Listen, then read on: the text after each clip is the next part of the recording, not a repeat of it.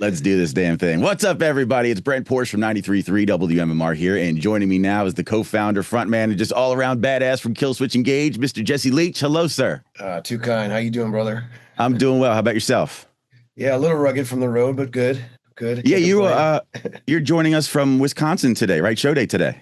Yeah. In the back of the bus, there's really no other place to do it. And we're at, Nice. these types of tours, you're in big parking lots with not a lot of room. So Years ago, I was doing an interview with Tommy Vext when he was in Bad Wolves, and we were in the back bunk, the back like suite area of the bus, and all of a sudden we hear the bus fire up, and now we're driving. We're like, where the hell did we go? We started, we just started moving, and I guess they had to move the buses for whatever, but they dropped us off like 2 or 3 blocks away from the venue over there in Camden. So it was a really strange sort of thing. So I've been back there on the bus before, but of course, the latest stop of this massive Summer of Loud tour, which has been on the road for almost a month now.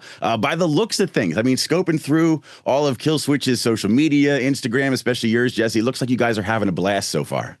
we are having a blast. Yeah, it's great. The camaraderie and the just people getting along out here, and every band's firing, putting on, great shows. I can't complain at all. It's been great. Yeah. Very hot. Very, very Yeah. hot lately.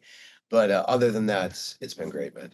Yeah, man. So you guys, Killswitch, Parkway Drive, I Prevail, Beartooth, along with Devil Wears Prada, also the Amity Affliction, Alpha Wolf, and Dark Divine on the bill. We'll see you guys coming back through the Philadelphia area. You're actually going to be over in Camden at the Freedom Mortgage Pavilion. That's going to be July 23rd, one of the last few dates of the Summer of Loud tour. Tickets are on sale now, by the way. Have you guys been switching up the order of the bands each night, at least the latter half of the show? Yeah, so all four rotate. So some nights we play first, some nights we play last. And some nights we all call it the sweet spot, the spot right before the headliner. It's Right. kind of the sweet spot, but it's fun. It makes your day a little different because things can be very samey out here.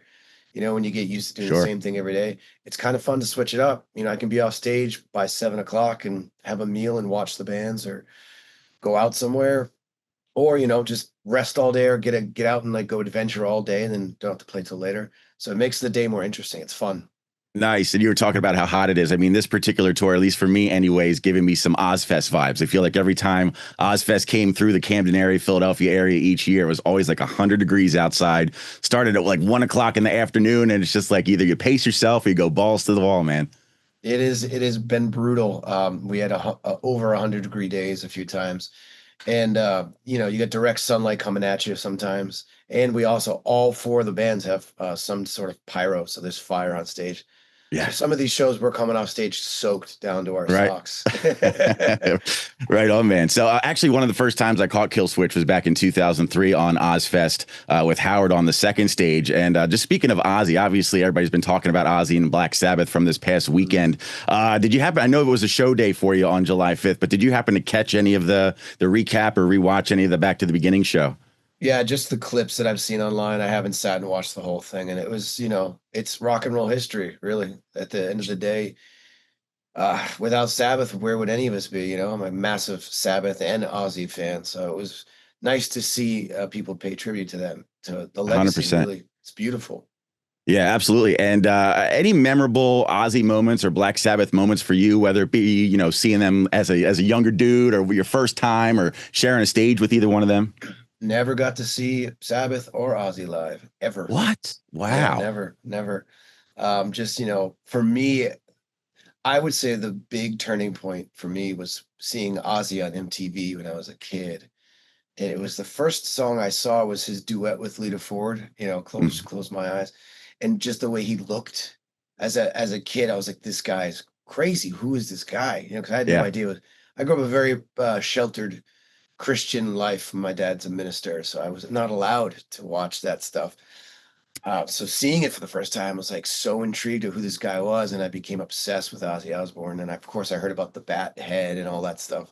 So to me, it was Ozzy first, and then I knew about Black Sabbath after.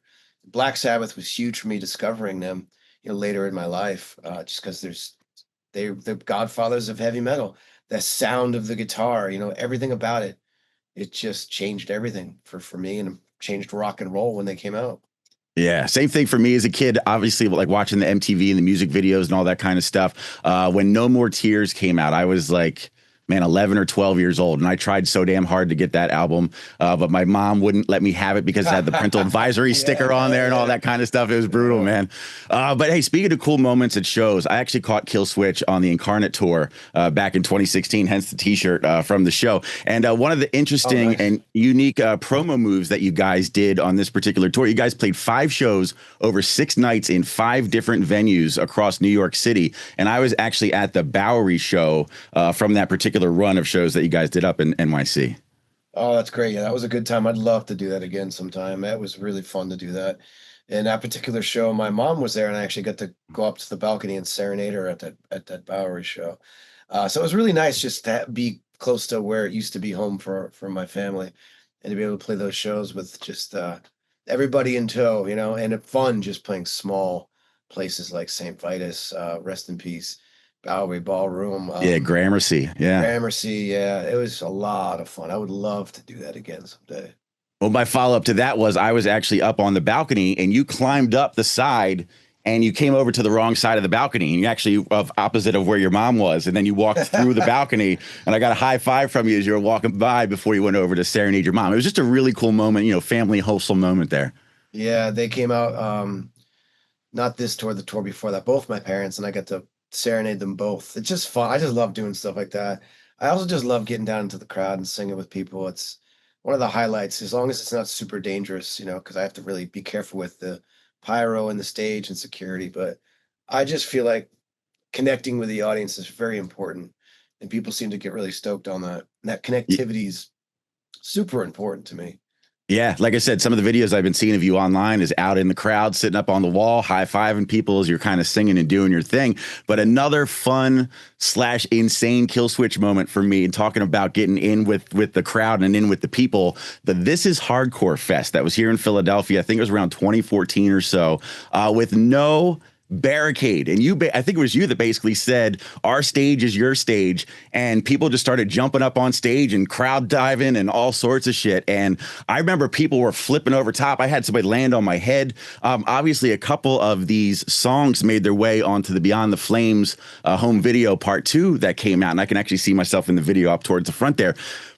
But I mean, is it me or was that shit like utterly insane with the people jumping up on stage and jumping across? I mean, that doesn't normally happen at a Killswitch shows because normally there's a barricade, normally there's, you know, security or something there, but there was nothing. It brought me home. That's where we all come from. I'm a hardcore kid at heart. So for me, that show will stand out for a long time. But you know, to me, it's a shame. I wish we could play more shows like that, but with insurance and like everyone's afraid of someone getting hurt.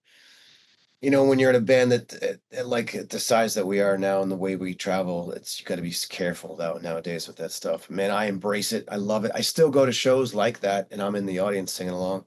And at that particular show, Brian Fair from Shadows Fall tackled me, and I actually fell pretty hard. It's fun. It's funny. I love it though. You can watch it at hate6.com. That guy films everything, but that set was special too because we were a 4-piece. Joel had to go home for a family emergency, so it was just Adam on guitar, Mike D, me, and Justin, and we played a lot off the first record for that set as well, which was super fun. Yeah, and speaking of, I think it was either Unearth or Crowbar that was on before you, and someone stage dove and they didn't catch them, and I think they hit the floor pretty hard because if you recall, they stopped the show, they turned the lights on, I think they backboarded the dude out. So yeah, there's always the chance of some injuries and stuff like that there, man. But one of my all-time just kind of memories that kind of resonates with me was that This Is Hardcore show. I don't know if I've ever been to a show of that size with no barricade and then just the insanity of everything that was kind of going around all at once there. Let's switch gears a little bit. Of course, let's talk about the new album from Killswitch, This Consequence, which came out earlier this year, back in February, in fact. Your first batch of new tunes since Atonement, which was released back through Metal Blade Records, when this one is as well. Congrats on the top 3 single, I believe, which we're playing here on MMR, man. Great tune.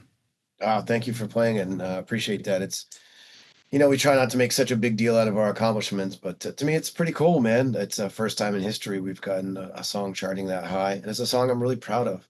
You know, I think the message is an important one about unity and keeping your faith and having hope for the future, especially as we are bombarded with all the negativity and stuff we're seeing on social media and in mainstream media.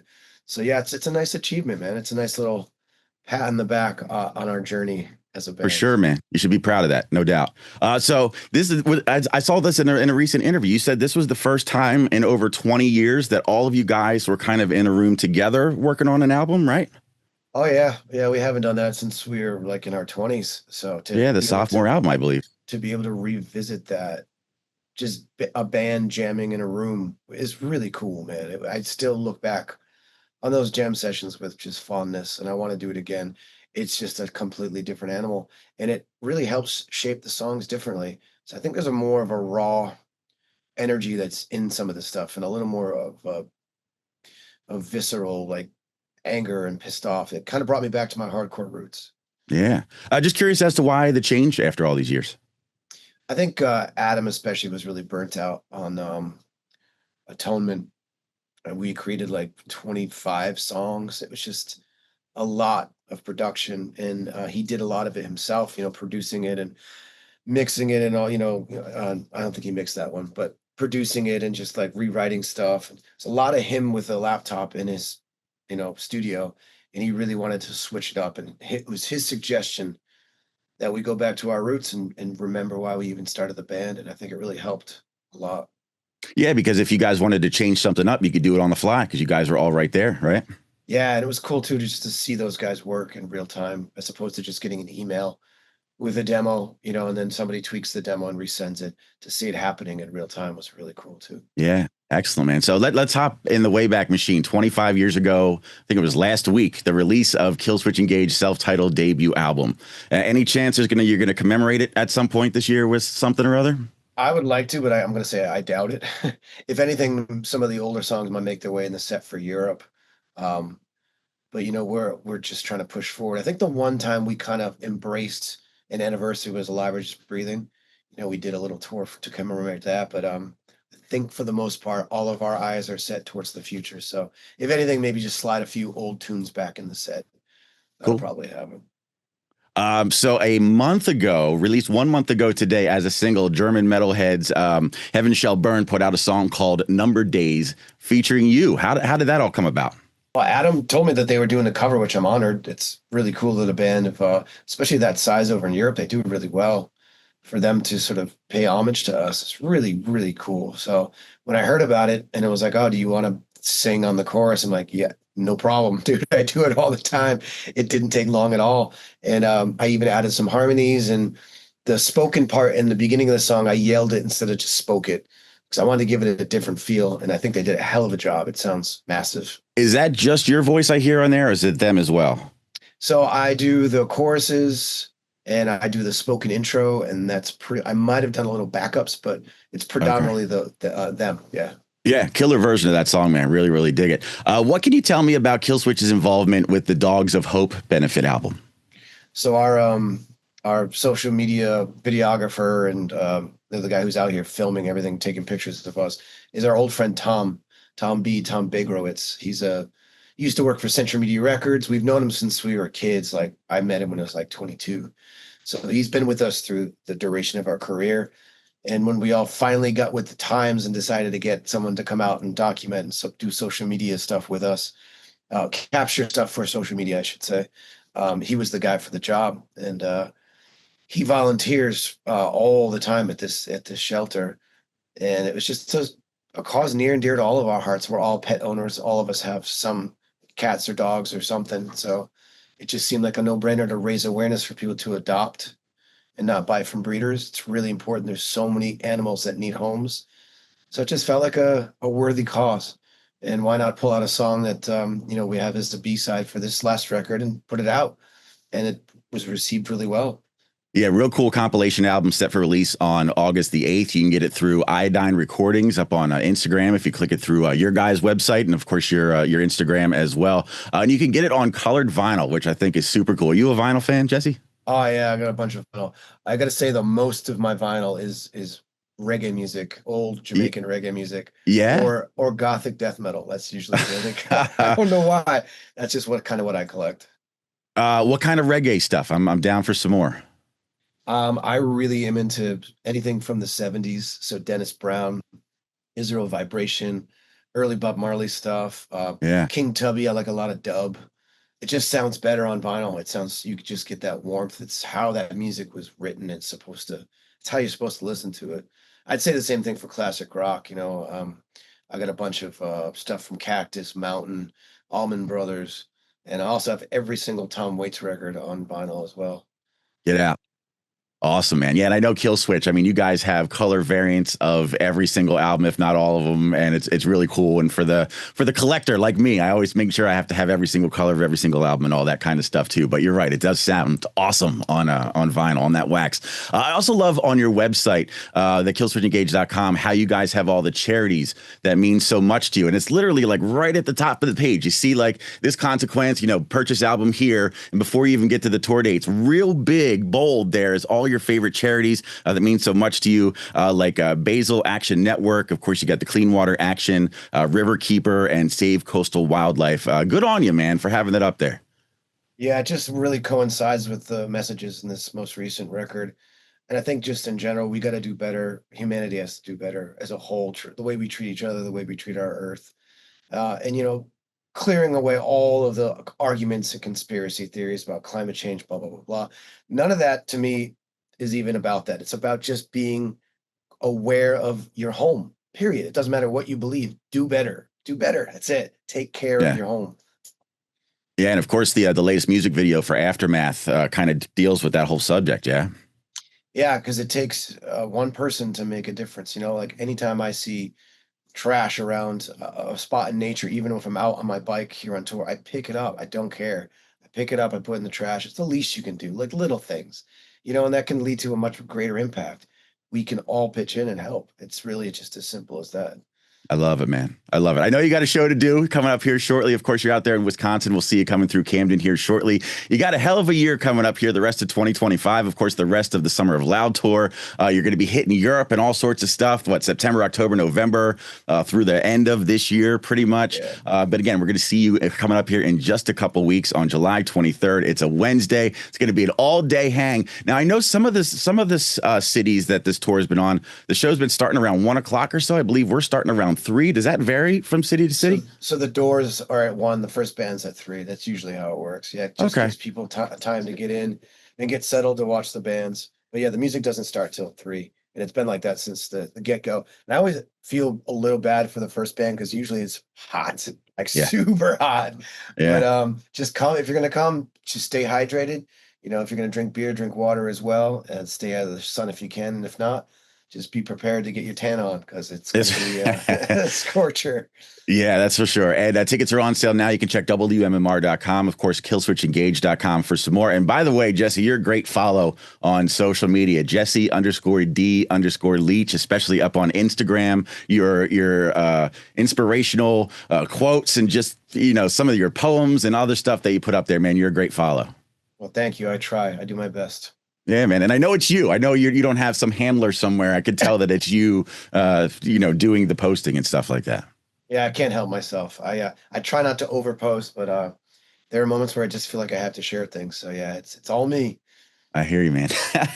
Well, congrats on the new album. Congrats on the success of all the singles so far, especially I Believe, which we're playing here on MMR. Of course, this Consequence is out now everywhere. And we'll see you in a couple weeks. Mr. Jesse Leach from Killswitch Engage. Thank you, brother. Hope you have a good rest of your tour. Thank you so much. I appreciate you helping to promote and appreciate you being a fan, brother.